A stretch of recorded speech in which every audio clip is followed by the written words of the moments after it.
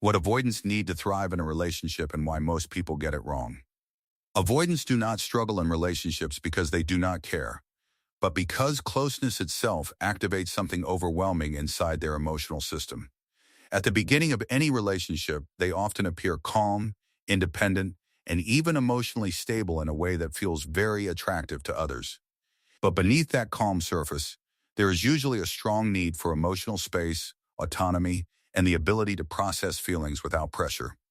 And when these needs are misunderstood, the relationship slowly becomes a cycle of closeness and withdrawal that confuses both partners deeply. To understand what avoidants truly need to thrive, you first have to stop interpreting their distance as rejection. For many avoidants, emotional closeness can feel intense, not because it is bad, but because it is simply too fast or too consuming for their nervous system. So when they pull away, it is often not a sign of lack of love, but a sign of emotional overload that they do not yet know how to regulate properly. And this is where most relationships start to break down, because the other partner usually responds with fear instead of understanding. Avoidants thrive in relationships where emotional pressure is not constant and where connection is allowed to breathe naturally. They need space that is not punished, and distance that is not immediately interpreted as abandonment or loss of interest. When space is respected instead of challenged, avoidants actually become more stable and more emotionally available over time. But when space is constantly questioned, they begin to associate love with pressure and emotional demand. Another thing avoidants need is emotional safety without emotional chasing. If every moment of distance turns into questions, arguments, or panic, they begin to shut down even more to protect themselves. But if distance is met with calmness and self-regulation from the partner, they slowly start learning that closeness does not have to feel threatening. This is not about ignoring your own needs, but about creating a rhythm in the relationship that does not feel emotionally suffocating. Avoidants also need consistency without intensity spikes that feel overwhelming or unpredictable.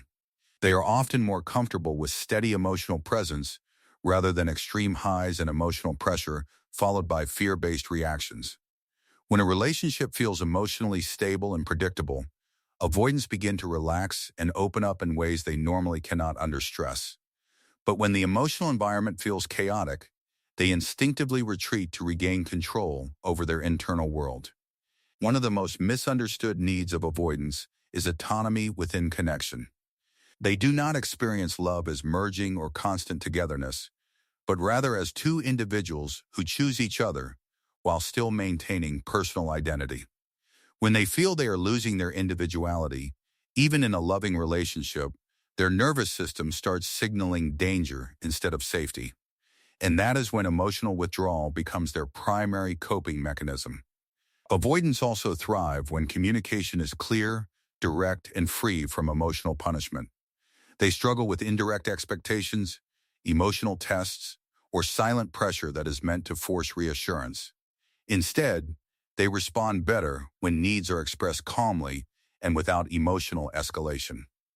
Because clarity gives them something stable to respond to instead of something emotionally overwhelming to decode. Another important factor is patience during emotional processing. Avoidants often need time to understand their feelings before they can express them clearly. If they are rushed into immediate emotional responses, they tend to shut down or detach completely. But when given space to process internally, they often return with more thoughtful and stable emotional engagement. Avoidants also need a relationship where conflict does not feel like emotional danger. If every disagreement turns into fear of loss, criticism, or emotional collapse, they will naturally avoid conflict altogether. But if conflict is handled with calmness and repair instead of punishment, they slowly learn that disagreements do not destroy connection. And this is one of the key ways emotional trust is built with them over time. At a deeper level, avoidants thrive when they feel they are not being chased for validation, but chosen with emotional independence on both sides. Because the moment love feels like pressure to perform, respond, or constantly reassure, they begin to disconnect internally. But when love feels like a stable connection that does not depend on constant emotional intensity, they start to open up naturally. This is where real emotional growth begins for them in a relationship. It is also important to understand that avoidants are not incapable of deep love. They often feel deeply, but struggle with expressing or sustaining emotional intensity for long periods without regulation. So what they need is not someone who pushes harder for closeness, but someone who creates emotional safety around closeness itself. Because safety is the only environment where avoidance can truly begin to stay instead of run.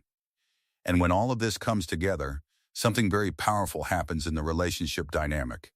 The avoidant partner no longer feels trapped between love and fear, but instead begins to experience love as something stable and safe. They start to stay present longer, communicate more openly, and slowly build emotional trust that once felt impossible. Not because they were forced to change, but because the environment finally allowed them to feel safe enough to grow. In the end, avoidants do not thrive under pressure, pursuit, or emotional urgency.